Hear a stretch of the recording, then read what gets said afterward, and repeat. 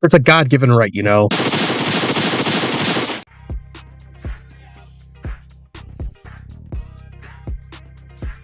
There's always something more interesting about viewing old TV broadcasts.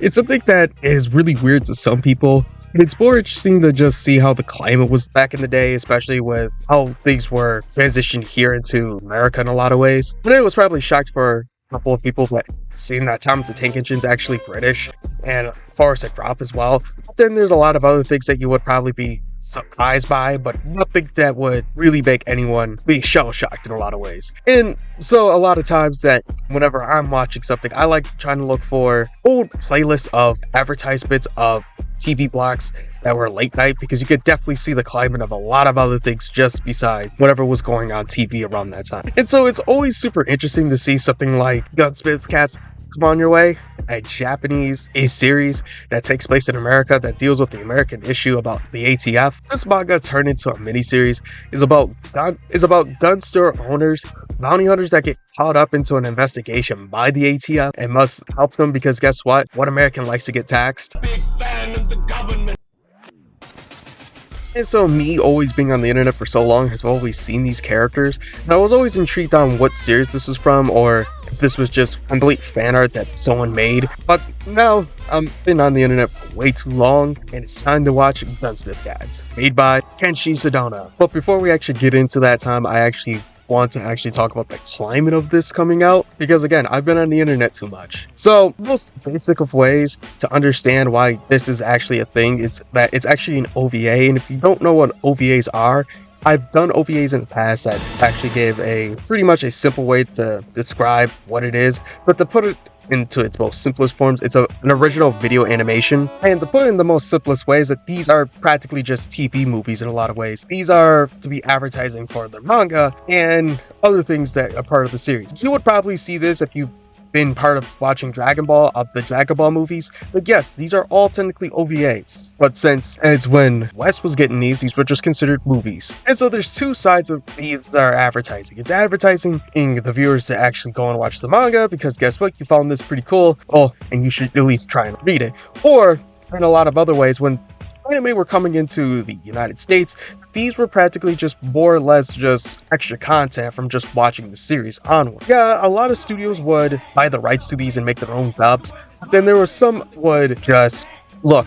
Companies back in the day, when they wanted to make a cheap buck dubbing, they would use these movies as a way to make quick money, and so they were able to get a lot more done, compared to a lot of other series that had to make all these episodes and make sure everyone was on board with it. Or you're gonna get something that was very drastic and feel off-putting, like hearing a different voice actor for a character. Anyways, this 1995 OVA. Anyway, grab a slice, some Chinese food, or your diet pop, as we're about to start watching Why We're Not Fans of the Big Government.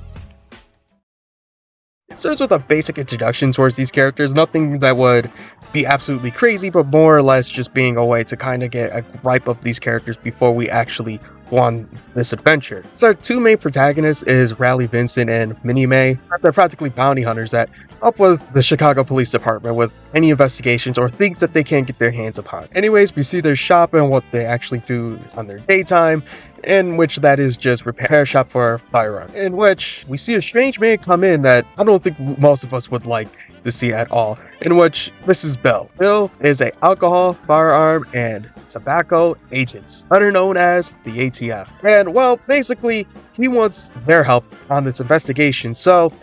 Basically, the investigation is about smuggling firearms, in which girls are begrudging because guess what? They don't want to help the people that want to take their guns away. And Bill actually bribes them with a license because guess what? They don't have the credentials for all these guns and they don't want to lose all their guns. So guess what? They kind of have to take the investigation just because of that. Nonetheless, they get what's the job and what is going to go down in the investigation, in which their special attorney's actually pissed at them.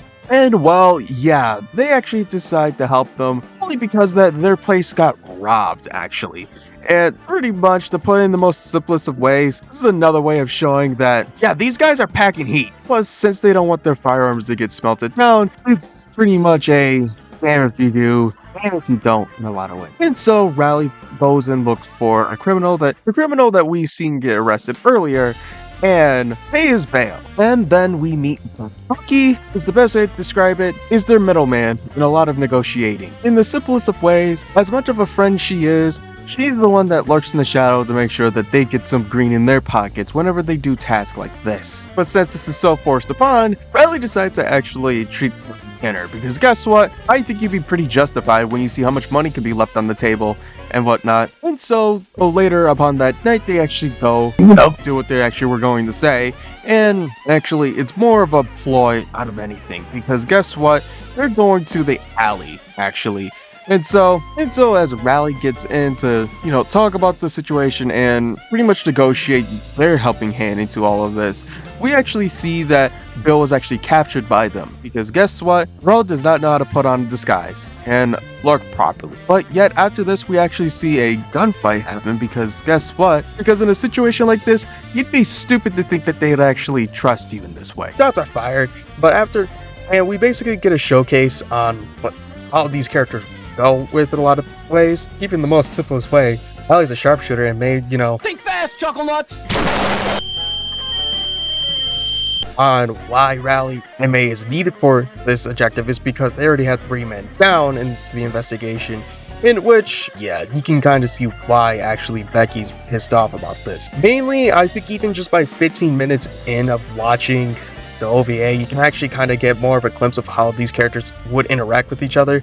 There's nothing jaded about these characters like you would see more in drama shows that involves investigating. Like, trust me, this isn't bad. I've seen top drama shows that go further and beyond that makes you kind of a syndicate if you watch these all day. But I think overall, looking onward, you can actually see how much of a sisterhood that Riley and May have, that their duo is actually really fun to see. And to be honest with you, I really like, buddy cop duos that aren't just polar opposites and they find common ground, but a lot of times that does happen. But if anything, these two are just competent. They already established that they are good friends and a really good duo in a lot of ways. Anyway, let's get back to the plot so we can actually get there.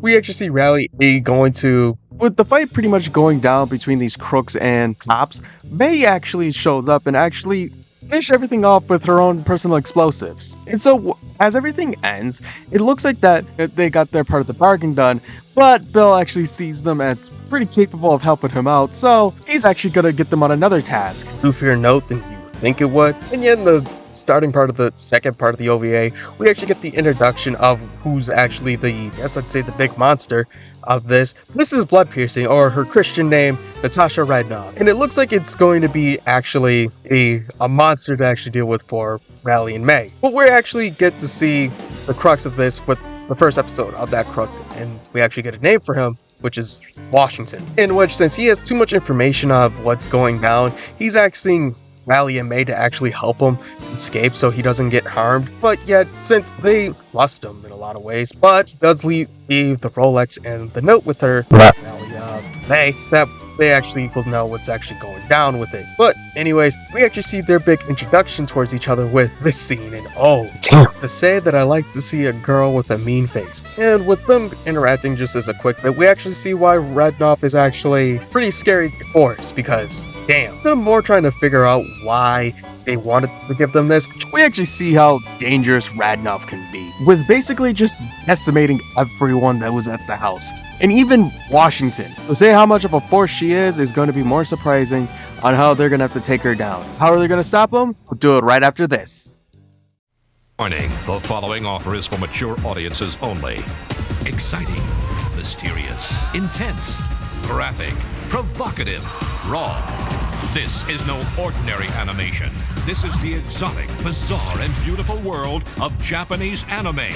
And this is your invitation to enter with the modern classic Akira. Critics say Akira makes Blade Runner look like Disney World. It's action-packed, the future of animation. Siskel and Ebert call it the video pick of the week.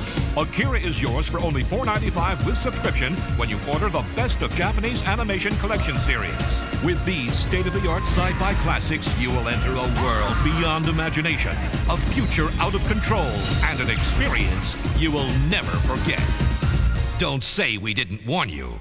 Call 1-800-414-4422 now to order Akira for only $4.95 plus $3.79 shipping and handling. Future volumes are $19.95 plus shipping. Mature audiences only.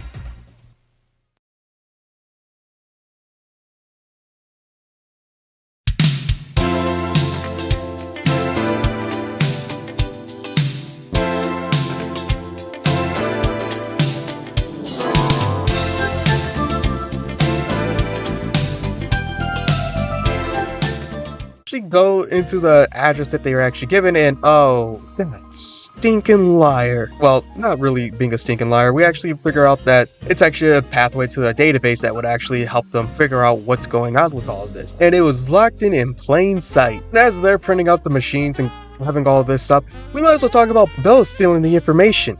You stinking glow. And so basically, George Black, the head of the ATF, is actually the one that actually is telling them to not be part of the case because of all the things that's been happening about this case.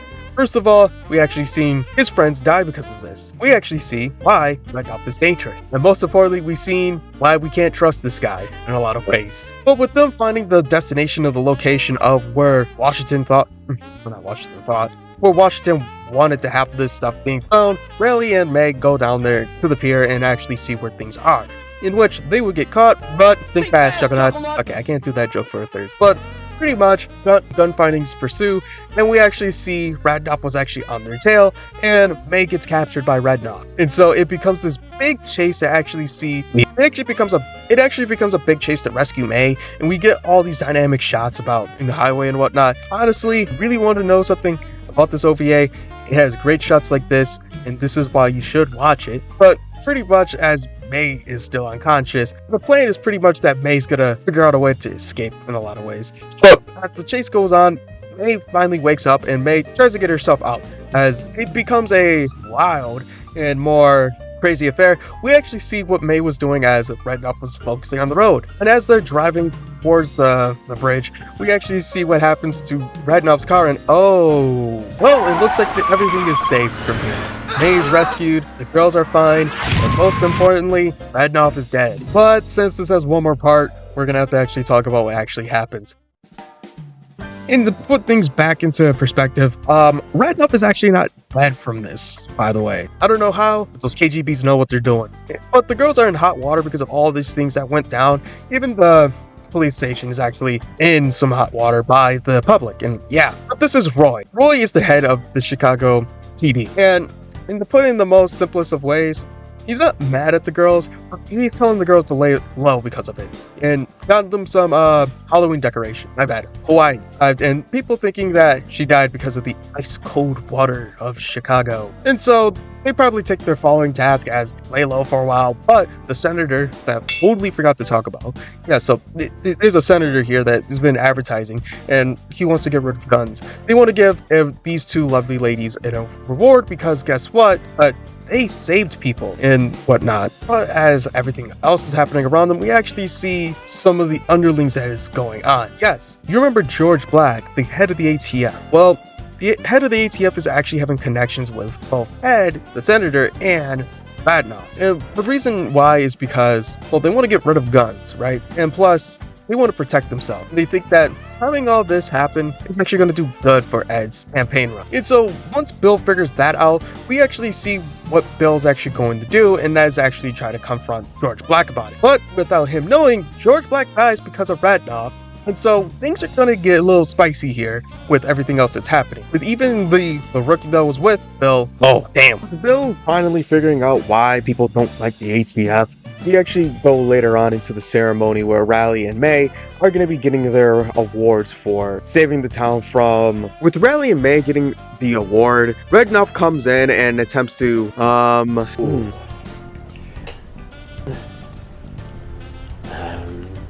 As Riley chases down Redknapp, we actually see that their plan is that May will come side and flank and actually help her out.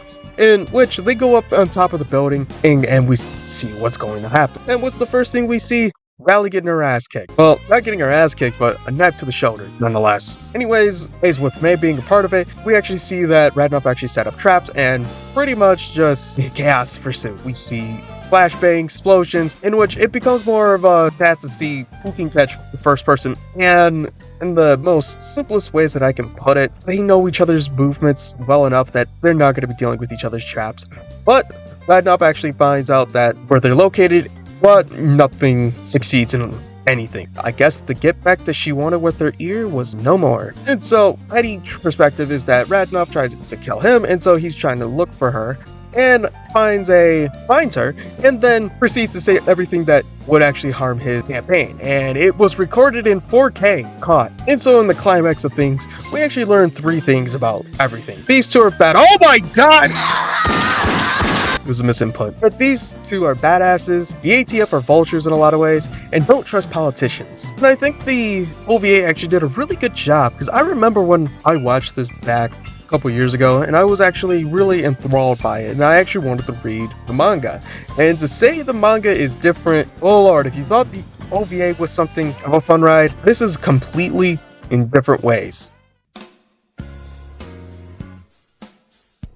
In a lot of most adult-centric mangas, there's some topics that I wouldn't say that this would be going for a lot of people, but there's some parts that you can skip. I'll probably put the timestamp here that just skips the ending credits. But to put it in a lot of ways, there's technically 2 spots to join, but I'm read the original version for what it was for the most part. Hell, I still got a couple of the copies that I have, so a real one, I guess. But to put it in this way, if you read this one or the revised version only changes some things because, sexual assault, but there's a lot of panels that aren't really changed as much. But reading it, I've actually got to say this, it was actually a really fun viewing in a lot of ways. Days with brain injuries, perfect shots, and literally. But I don't want to get into those things. I actually want to get into my favorite parts of things, and oh fuck, she did it twice. Anyways, one of the recurring villains was Goldie, and that's just because it was around the manipulation, and it's actually more intriguing to see how things would go down with a lot of ways with it, and it actually made it more compelling and interesting to see how things would be finished and whatnot. Also, not saying that there's anything like drastically terrible with all of these. This one is just the one that has the most of the what the fuckisms. Literally, but in the most simplest ways, let's just put it as she loves bomb them. I don't think I can say it any better than that. But there's also the Bonnie and Clyde parody, their frap, and all of those other things. Listen, I think that if you can find them, these are actually really fun to actually read because they're just fun adventures, especially the ones with Bean in it. God, Bean's a homie. But just don't be like me and actually found the ones I was missing and read them on a Russian site that totally probably took in my data and probably made my net worth the price of a cheesy Gorgata Crunch. But I think what made this have such a cult following is because it was everywhere in the space that it was in. Looking back upon the media around this era, you can definitely see that this was definitely pushed upon high, especially here in America, because looking in the catalogs, Gunsmith Cats, TV ads, Smith & Wesson Cats. Even in anything that you can see that had anime about it, you can probably find a cat with arms. Hell, if you really want to see that which Gunsmith Cats fan actually watched Knighting Bean, you should ask them that, because guess what? I think most of them probably haven't, unless they're dedicated to actually look for all of it. But I think what really concludes me with this is that this does such a great job to actually advertise itself to actually make people read the manga, compared to a lot of other OVAs that you probably see that a lot of them are just, gruesome for the sake of gruesome. You can at least say that this actually does a lot of things that actually would make even me want to read it again and again. Yeah, I'm actually going to start reading this again because guess what? I have nothing better to do a lot of times. So, bye! Here's a really weird trivia. Lily's blonde and Writing Bean. Hey everyone, so I hope that you enjoyed this rundown of a lot of things. I know that there's a lot of other videos about Gunsmith Cats that would probably give you more bang for your buck in a lot of ways, but if you watched it all the way to this point, I really appreciate it, and I'll always really appreciate it. Down in my link tree that there's I'm drawing a blank here, but there's the coffee, and anyways, I hope that you liked this video. Leave a comment if you want to leave a comment. Any piece of engagement helps. I hope y'all have a great rest of your day. Bye! May, are you alright?